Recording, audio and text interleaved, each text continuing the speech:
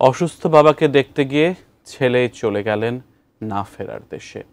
রাজধানী বনানীতে cement mix লরির ধাক্কায় প্রাণ হারিয়েছেন দুই প্রকৌশলী। মর্মান্তিক সেই দুর্ঘটনার বিস্তারিত নিয়ে সহকর্মী সাব্বির আহমেদের আরেকটি প্রতিবেদন দেখুন। মেরিন ইঞ্জিনিয়ার আসিফ মাহমুদ সম্পদ চাকরির সুবাদে প্রায় 10 মাস জাহাজে অবস্থান করেন। অসুস্থ বাবাকে দেখতে ফেব্রুয়ারি মাসে চীন থেকে বাংলাদেশে আসেন। বাবার ব্রেন টিউমারের অপারেশন হয়েছে টঙ্গীর একটি হাসপাতালে। সেখানে বাবাকে দেখে মোটরসাইকেলে খালার বাসায় ফিরছিলেন সম্পদ, কিন্তু পরিবারের এই সম্পদ কেড়ে নিয়েছে একটি ঘাতক লরি।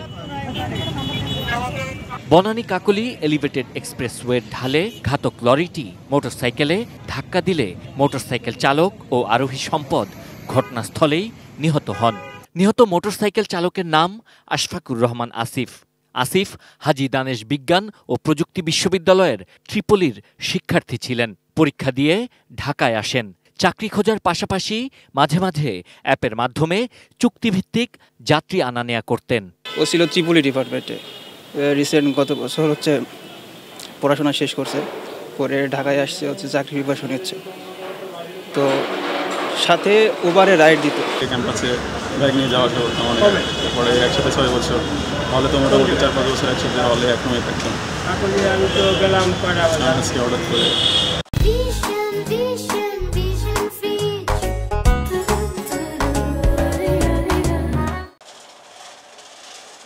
সুরতহাল শেষে ময়নাতদন্তের জন্য নিহতদের মরদেহ ঢাকা মেডিকেল কলেজ হাসপাতালের মর্গে নেওয়া হয়েছে।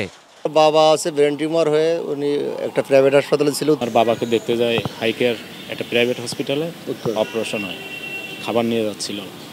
তো এই অবস্থায় একটা সিমেন্টের লরি গাড়ি পিছন থেকে আমরা শুনতে পাই যে ধাক্কা দিয়েছে।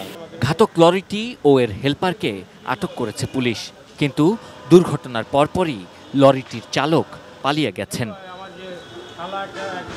Sabbir Ahmed, ATN news, Dhaka.